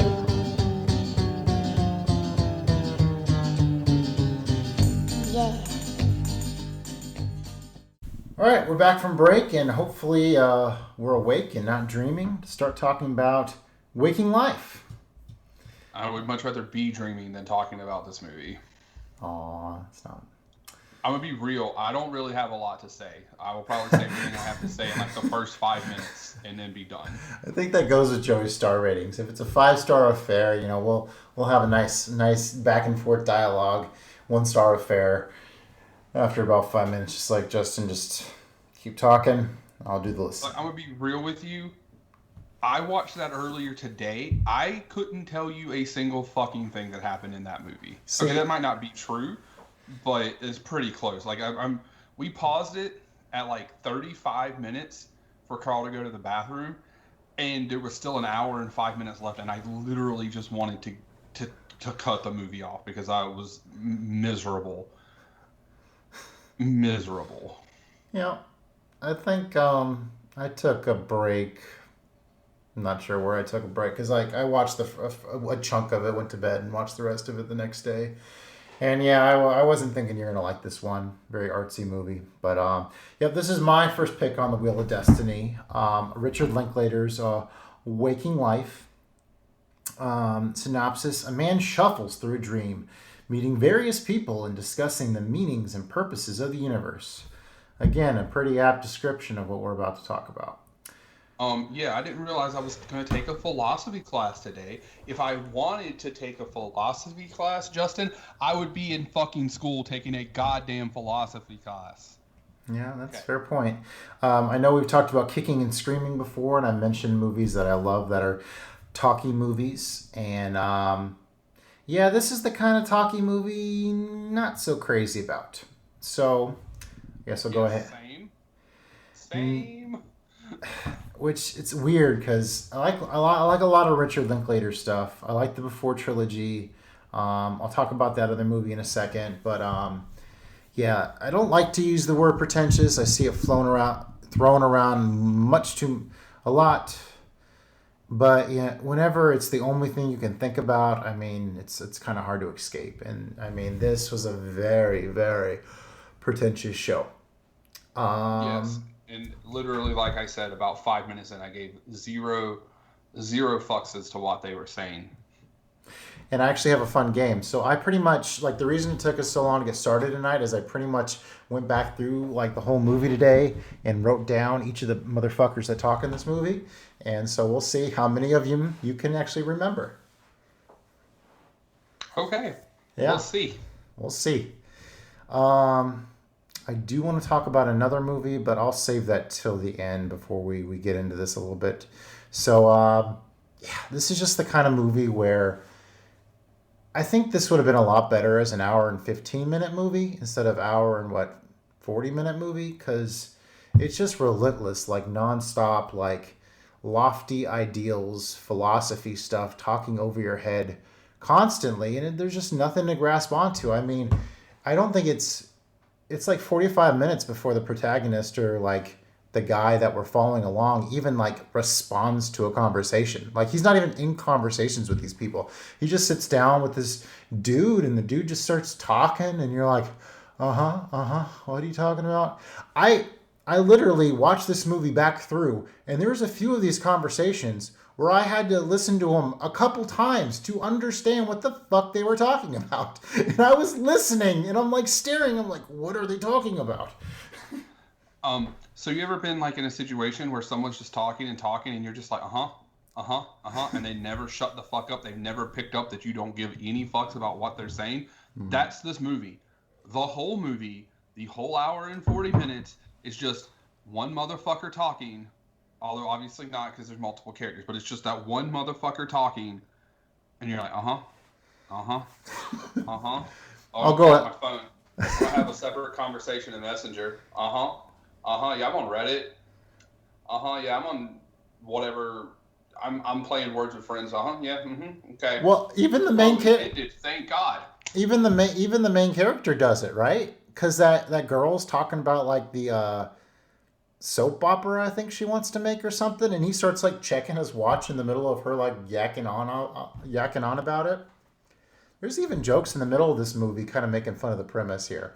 I guess I'll go ahead and make this reference. So there's this Criterion movie called My Dinner with Andre. Have you heard of it? Of course it is. A Criterion collection. Continue on. I'll punch you. Please do. That means I would actually get to see you. Wake you up. You're in a dream. Okay. So My Dinner with Andre is this gimmick movie from, I don't know if it's from the 70s or 80s, but anyways. So it's Wallace Shawn and this other guy. I can't think of his name right now. But basically they meet up for dinner, and this whole like hour something movie is just them talking over dinner. Now, the clever part about this movie is the first 45 minutes is just like Waking Life, to where like this guy is being very pretentious, talking over Wallace Shawn's head the whole time. And I remember watching it and just being like, oh, I don't like this at all. This guy is so annoying. But then the cool thing that happens in My Dinner with Andre is Wallace Shawn turns it about at the 45-minute mark, and he starts like kind of going back at him in the conversation, and it becomes two-sided and it becomes much more engaging. Where pretty much the majority of Waking Life is just people talking at you, and there's really little. I mean, there's some interaction towards the end of it where he's just like, I don't know if I can wake up. I just keep on dreaming, man. So there's very little engagement. Now, which surprised me because Linklater's first film, also a Criterion, Slacker, is so much like this movie, but at the same time so much better. Because Slacker is the same premise where it's like following different people walking down the streets talking in Austin, Texas, where it's exactly where this takes place at. But they're actually talking about like the Kennedy assassination and like Madonna and just like somewhat interesting stuff that you want to be on a fly on the wall for. Where this is just nonstop, philosophy. There's a lot of bullshit in here. I'm not gonna lie. There's a lot of just nonsense. What'd you think about the animation? I did not like it at all. It's very modern artish, almost nauseating at times. I mean, with like how the background is like moving sometimes. Yeah. No. I mean, sometimes it looked all right, but then other times not so much. I mean, even the cute part with like, do you remember the very beginning where the kids are like playing the little origami game or whatever? Mm-hmm. I mean, that was cute, but then the little boy stands up and his like eyes are disconnected from his head. He looks like some kind of insect boy. I'm like, ugh, I don't like this insect boy. Yeah, no, I feel you.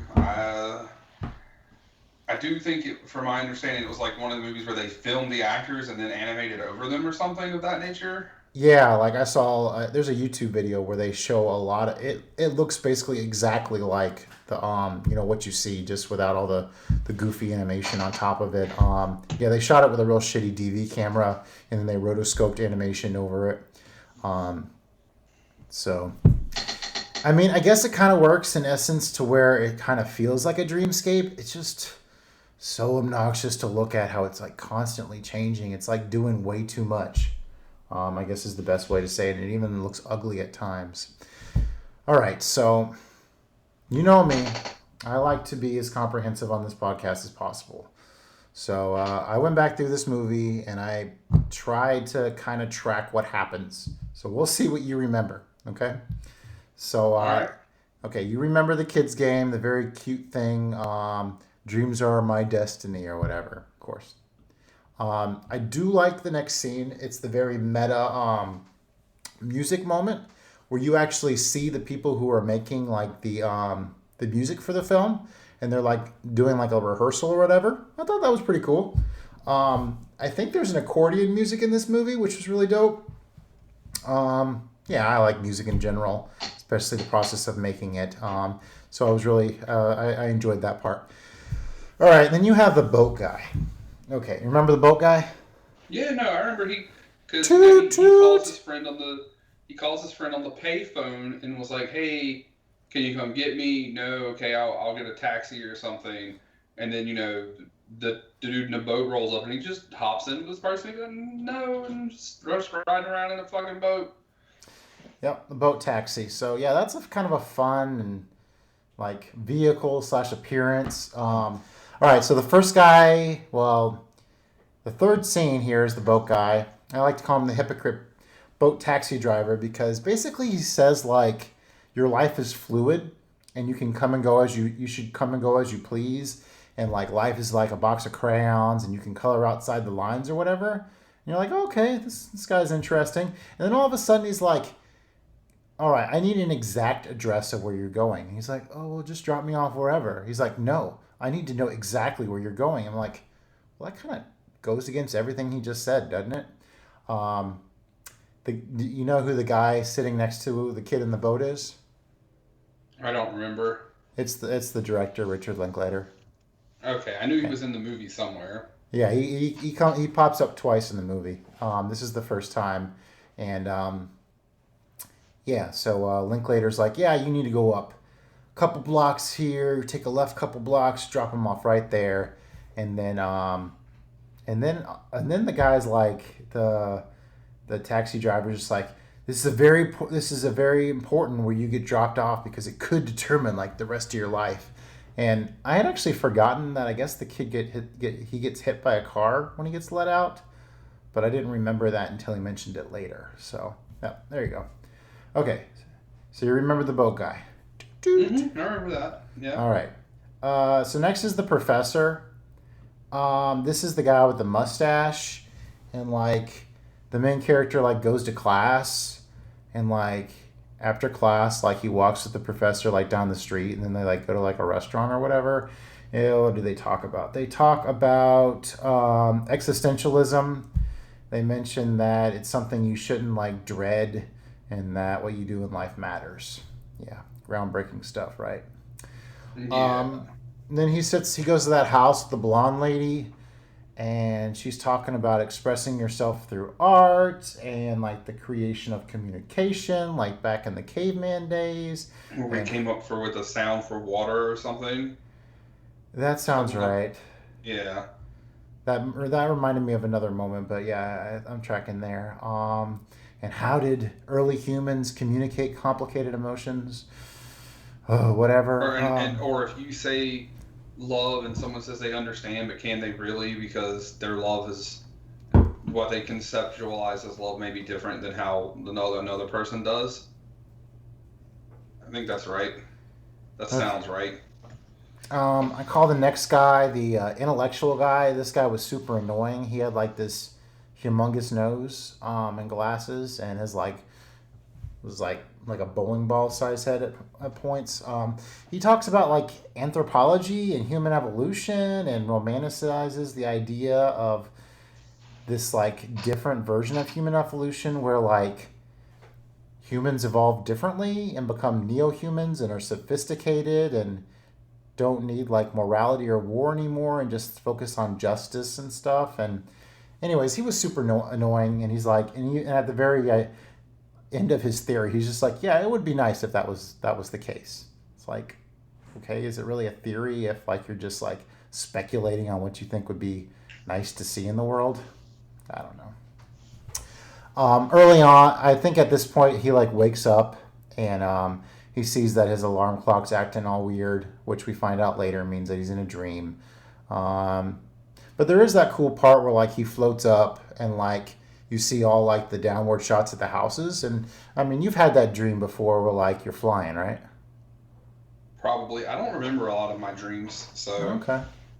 I remember having that dream at least once, and it's pretty dope to have a flying around kind of dream. All right. So next is the burning dude. You got to remember the burning dude, right? The dude who set himself on fire? Yeah. I think there was a lot that they did some of that like during the Vietnam protests and stuff. People would do that.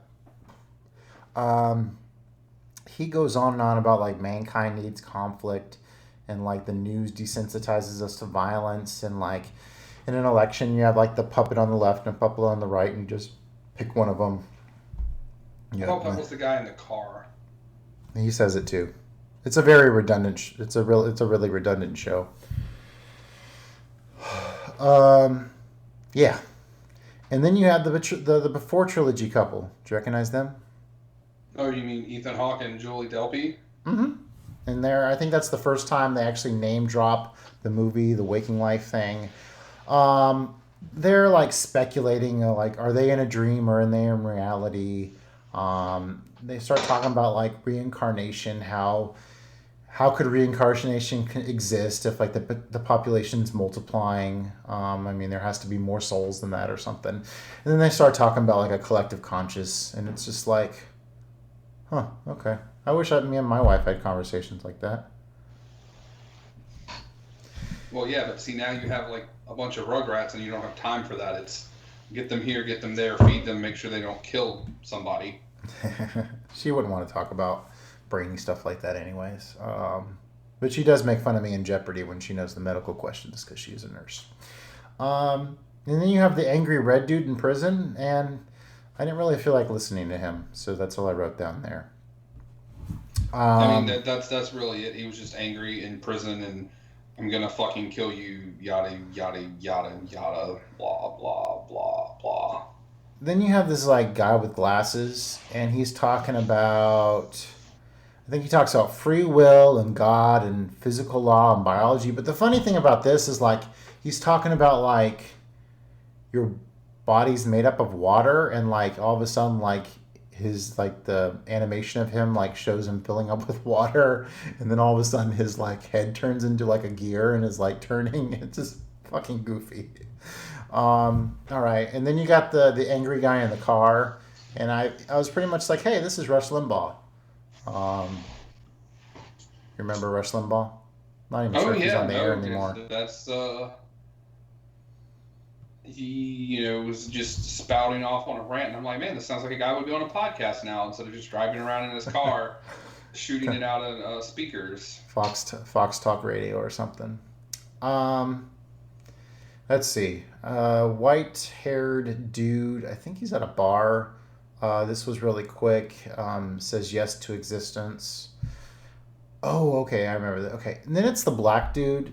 And, oh my gosh, this guy was disturbing to look at. You remember the freaky black dude with, like, yeah, I remember huge eyes and really weird, like, because, like, they emphasize, like, the spaces in between his teeth, which make him almost look like he has, like, wired teeth. And I think he's talking about a story, and then he starts talking about the universe. Yeah. I actually watched a YouTube video where a guy said he watched this in a philosophy class and he didn't enjoy it, but then after he like was done with his philosophy class a few years down the road, like he appreciated it more. But I've kind of watched this movie twice, and I don't know. We'll get there. All right, so moving on with the plot here, you have the two girls in a coffee shop. Well, it kind of pans through the coffee shop, and it gets to these two girls, and they're having this conversation about like things are gonna make sense when they get older. They mentioned something about connecting with like your baby picture because like it's like that was when you were one, and then something about like how your like cellular structure like renews itself, and so you're basically you become a new person, but yet you stay the same. So lofty stuff like that. Yeah, that I don't remember at all. Then you get the weirdest one where we get this monkey narrating a video in a class. That I remember. And it's like a rock video, and yeah, it's kind of strange. And then the next thing, it's like this old guy at a bar, and he's talking about potential, but then he's also like saying like how we evolved from like apes or whatever, so it kind of ties into the previous scene. Sure, whatever. Vaguely remember that. Okay, and then there's the guy. Okay, then it goes to this like woman asking about this guy's like novel, and he's like saying how like there's no plot to the novel, it's just moments, and it's kind of funny because that's basically what this movie is. Yeah, pretty much. Then you got the gun nut at the bar or whatever, and he's talking to the bartender, and he pulls out this big gun and randomly shoots him, and it's kind of messed up. The bartender tells him to pull the trigger, and he pulls the trigger, and then the bartender gets his gun and shoots him, and then it's like, okay. Yeah. And I think we're at the part now where I don't think I remember like anything after this. All right. So I think it goes back to like the main character, and he gets up and he watches a bunch of commercials, and he watches like this people lecturing him on TV talking about lucid dreams. And then he goes into like this place and he talks to this long-haired guy. A lot of these conversations from here on out are just about like dreams, so it's just so redundant. He talks to the long-haired guy about dreams. He meets this like ukulele player guy that has like jean overalls on, and he's talking about life being a dream. You remember the guy in the black jacket, right? No, like I said, I'm pretty sure the last thing I remembered is the guy shooting the other guy. Okay, the guy with the black jacket, he's like talking about how to like recognize when you're in a dream. Like he's saying like you can flip the light switch, and if it's not working, chances are you're in a dream. And if your clock looks funny, same thing. And he's talking about like it's really cool to have sex in a dream, which I thought they were actually gonna take that somewhere, because there's a few moments that get a little frisky, but yeah, that doesn't go anywhere. Pretty cool accordion music. I think I mentioned that before. He goes to a movie, and surprise, surprise, it's two guys talking in a movie. They're talking about like God being the film, and film shouldn't be like a slave to their script, which is basically what this movie is. Then they do the whole meta movie framing thing. I think somebody actually does says stop talking, which kind of. Then they're talking about like a holy moment, and then they turn into cloud people. Yeah, and then you have a little scene out of what's that movie we watched on the show? Hate, La Haine. The couple guys walking down the street acting all tough. Mm-hmm.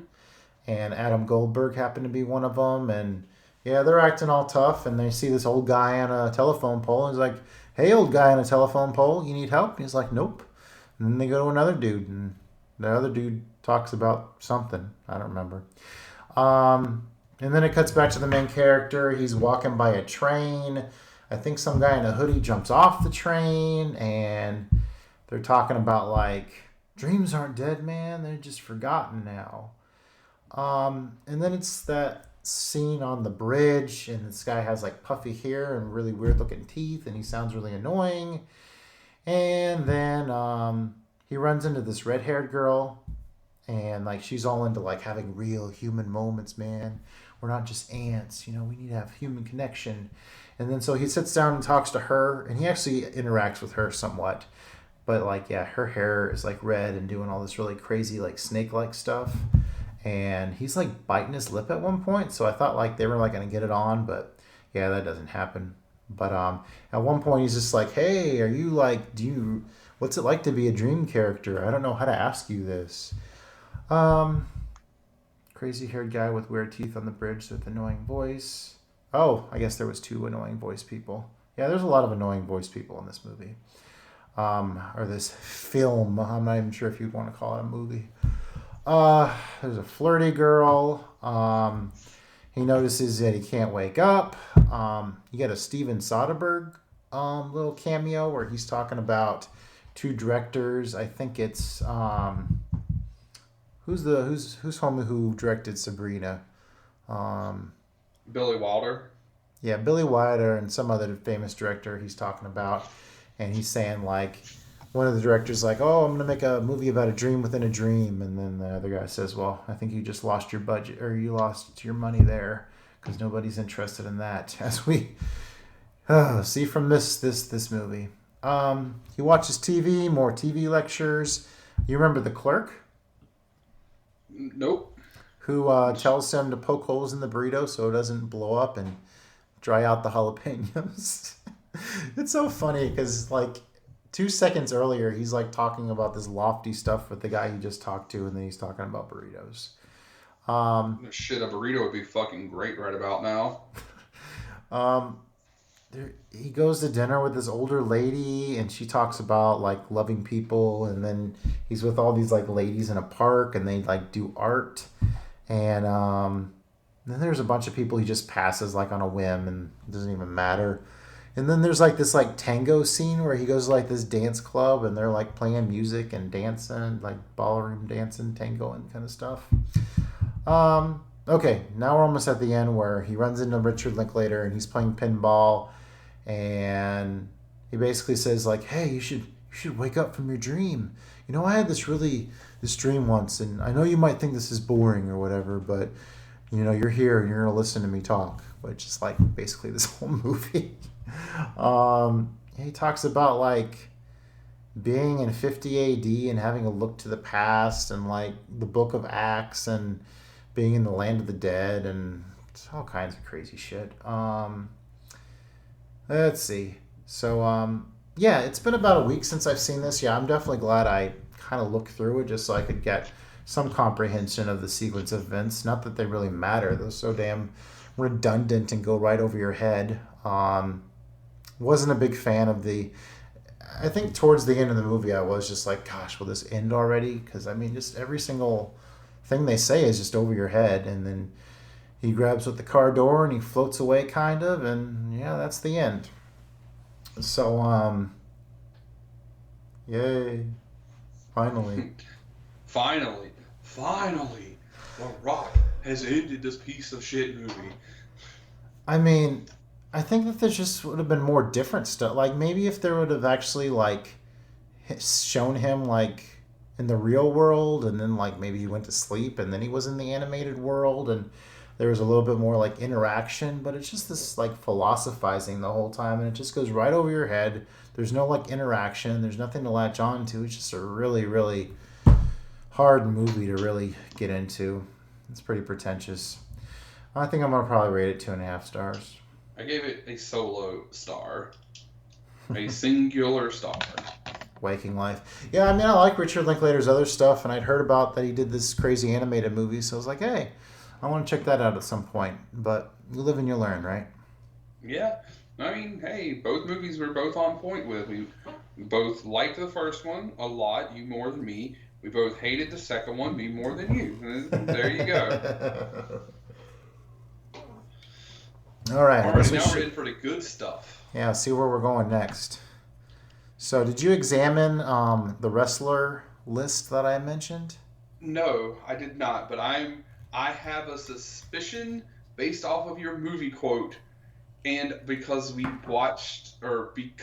kind of talked about this at the end of last season, so I have a suspicion of what you're picking, and I hope that I'm right. Oh, good. Well, okay. So, yeah, you told me to pick a movie with a wrestler in it, and since I double checked with you, make sure that like this list of like the top this 50 wrestling appearances in movies would be okay as long as it's not Hulk Hogan or The Rock. So I picked, and if it doesn't count, I have a backup. But I and also like I think last episode, I think you're like, man, you never throw me a bone on any of your picks, and you know what? I took that to heart, so I'll throw you a bone, and I guess I'm gonna check out Roadhouse. Fuck yes! I was figuring out a way to shoehorn that in this season, and you just did it when I wasn't even expecting it, because I fucking forgot that Terry Funk was even in that movie. Hell yes. You know what my backup was? What was your backup? MacGruber. Oh god. Oh, because it has Batista in it, right? Apparently has a whole bunch of wrestlers, but so Terry Funk is a pretty predominant role, so it counts. Yes. Even if it did not, if he wasn't in a predominant role and you had picked this movie, I would have just let it go, because I've been trying to figure out since I watched Point Break, and you talked about how you had not seen Roadhouse, how to make that happen this season. And you just made my life so much easier. Oh my god. Nice. All right, so we're gonna do the Wheel of Destiny, or do you want to know your pick next? All right. I guess we should do Wheel of Destiny. Yeah. All right. Number 9. Okay. All right. Number And 9. And you have yours in chronological order. Yes. So it's gonna be a pretty early one, then, I guess. It is from 1980. Oh. I have some good juxtaposition, but at least we're going 80s. It's Prom Night. Oh. Is that a horror movie? That is a slasher movie, yes. With one of the Scream Queens herself, Jamie Lee Curtis. Oh wow. Yeah, I would have never picked to watch that movie, so there you go. Yeah, so we got a big old 80s affair coming up. Roadhouse and Prom Queen. What is a prom night? Okay. Yeah. So what are the average Joe's gonna do next? Oh, All that's right. that's like very average I am stoked. Hell yeah, Roadhouse. All right, and tonight's a double-ended bone, so I threw you a bone, and I got some more bone to throw you. So. Oh, you got more bone to throw me. Oh shit! All right. All right, so your next pick is you get to pick any one of this director's films, any one of them, and he only has 9 of them, and are we doing that? And you can pick any Quentin Tarantino film.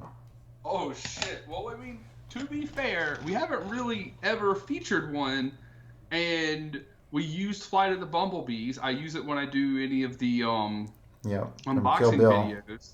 Mm-hmm. Yeah, and our logo. So yeah. All right.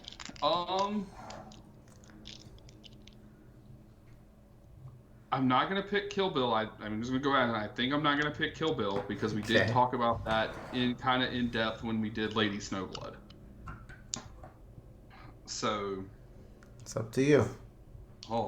At first I was gonna be like, pick the Tarantino film that you think like would get in the collection, but nah, just whatever one you want. I don't care. There was one who was already in the collection. Well, yeah, Pulp Fiction was a Laserdisc, right? Yeah. True story. So I don't know. I'm gonna have to give this some thought. It's funny. I've got one in the my spin the Wheel of Destiny. I might just pick that one and replace it. Oh, okay. Well, I won't look at your list then. Just to. All right, we'll see. But... Cool. All right. Well, I hope you're happy. Oh no, I am happy. I am much refreshed after waking late. Yeah, that one was a tad bit pretentious.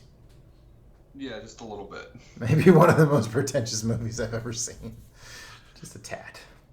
Yeah, maybe a little bit. All right, and if you would like to ask us a question, yeah, definitely hit us up on email, Facebook. Joey, how do they do that? So the email is the Average Joe's Movie Clubcast at gmail.com. You go to Facebook, press a little button, it'll do it all for you. If you're watching this and you're already following us on Letterboxd, you can, drop a line on one of our comments. If you're watching this and you don't follow us on Letterboxd, you totally should. You can leave comments below the YouTube video, after you ring the bell. We just love hearing from you, and, you've got any ideas or, things you want to talk about, or if, you think this movie wasn't pretentious and we're just idiots, you can tell us that too, or, You'd have to make a pretty strong case. Yeah, you want to say Justin is lame for liking the lame cocks, you can do that too, whatever, however floats your boat. the legions of college football fans. I mean, they're everywhere. NCAA football's coming back. Yeah, the video game. Goodness, it's getting late. All right. Yes, it is, after our 30-minute stop for internet difficulties. Yeah, at least we didn't lose anything. That's true. Very true. Roadhouse and Prom Night. Wow. Oh, yes. And Tarantino and something from my crazy ass list. Oh, yeah. I am hype. I'm hype. So, all right, Justin. Why do we do this show? Because we love talking about movies. Good night, everybody. Good night.